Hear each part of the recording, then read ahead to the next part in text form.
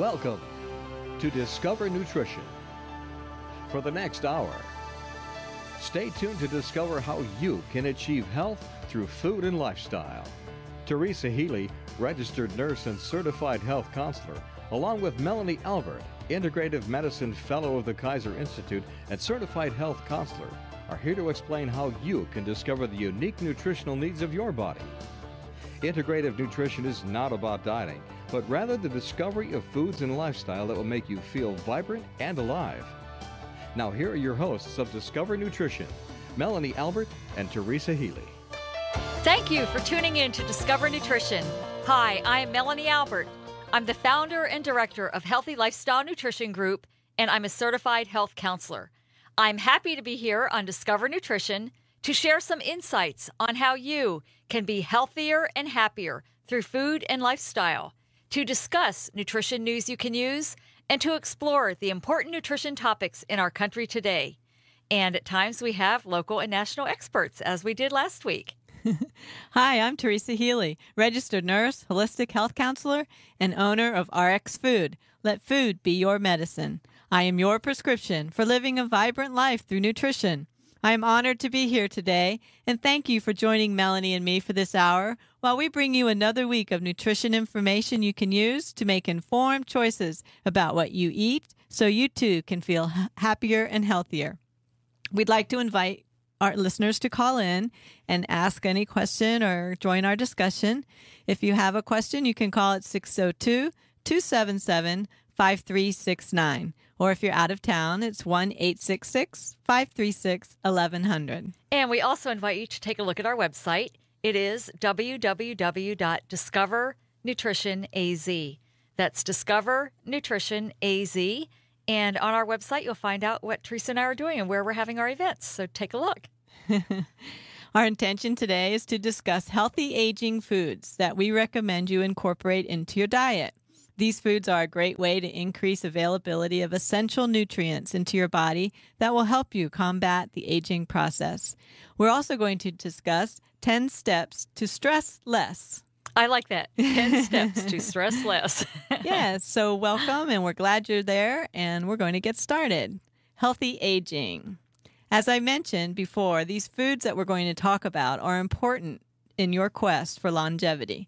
We are all aging, and there's no way to stop it, or there are no miracle cures. But what you eat matters, highly matters, in your quest for longevity. Two causes of aging and risk for age-related diseases and illnesses are inflammation and antioxidative stress caused by free radicals. Free radicals are those byproducts of metabolism, and they cause weakness to the integrity of our cells. Inflammation, when it occurs for too long, leads to disease. And the inflammation occurs for many reasons, but the one we're talking about today is because we don't digest our foods very well.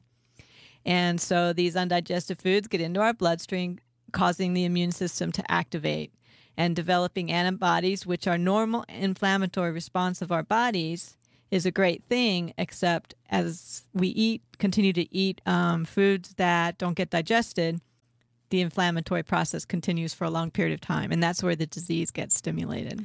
And I know, Teresa, we're going to be talking about foods, but I just want to mention, and I've said this before on the air, I do marketing with Dr. Andrew Weil, and a few years ago, he wrote a book called Healthy Aging. And one of the things that I found really interesting in the book is that he said so many people talk about this anti-aging thing. No, let's age gracefully. Let's, live a long, healthy life. And he kind of made the analogy to violins that grow, older and nicer with age. Mm-hmm. Trees become older, nicer with age. A lot of cheese and wine becomes more fine with age. So let's embrace aging. And, we're all going to age. There is no such thing as anti-aging because we all are going to age. Exactly. I mean, how can you can't stop. I know. I hear that term and I just shake my head. I go, no, we are all aging every second, every day. So let's embrace it and age gracefully. And do what we can to help ourselves be healthy in our senior years. well, it's not or even just now. I was going to say, it's not just our senior years. You really want to do things with your life, including the food that we're going to talk about throughout your life. Correct. So that when you are older, that you're going to age gracefully. You're not rushing to go back, yes. Or, you're going to like eat crappy, until you're a certain age. And then it's like you hit a certain age, you go, oh, I'm going to start eating right. Well, it's already caught up to you. It's not going to work. So these recommendations, we're talking about healthy aging, but, I really, truly believe people should take some of this advice and listen to some of our recommendations and take it into their life no matter what their age is. Absolutely, I agree. Okay, so now we'll get started on the first food. Healthy greens. Teresa and I talk so much about greens, and I will have to tell you, this past year, I have become such a fan of greens. I eat them, I'm not going to say every day, but I would say about every day. I always have things like kale and chard and collards in my refrigerator. And, I steam them, I bake them, as I've talked about many times. I actually did this week. And you can even eat them raw if you'd like. But they're really important. They have calcium in them. They have folate in them. They have vitamin K. This morning I went and got my bone scan, and they were just asking me, do you take calcium? And I'm thinking, they didn't even ask me about vitamin K. Vitamin K is so important for bone health. So these leafy greens, when you eat them, are really important for bone health. They also help with age-related eye problems. You can get these nutrients from other greens, such as broccoli and cabbage as well. The cruciferous family. Yeah, yeah. And Teresa, you've said this before. You can stir fry them. You can even put them in soups. I've made a lentil soup and then cook the lentils, and then at the end put greens on the top, and you kind of have 2 meals in one. Yeah. So one of our healthy foods for today is eating healthy greens. The second one is whole grains. Of course, we've talked a lot about them too. They have fiber, vitamins, minerals, antioxidants, and they help lower the risk of cardiovascular disease and cancer. One of the main things that whole grains will do for you is to maintain a healthy blood sugar level, which will minimize your risk for diabetes. They make great side dishes or main meals. And, the leftovers, we always say to cook a lot of them when you cook so that you have leftovers, because they can be sprinkled over a salad or made into a breakfast cereal the next morning. And, Teresa, I said I eat greens about every other day.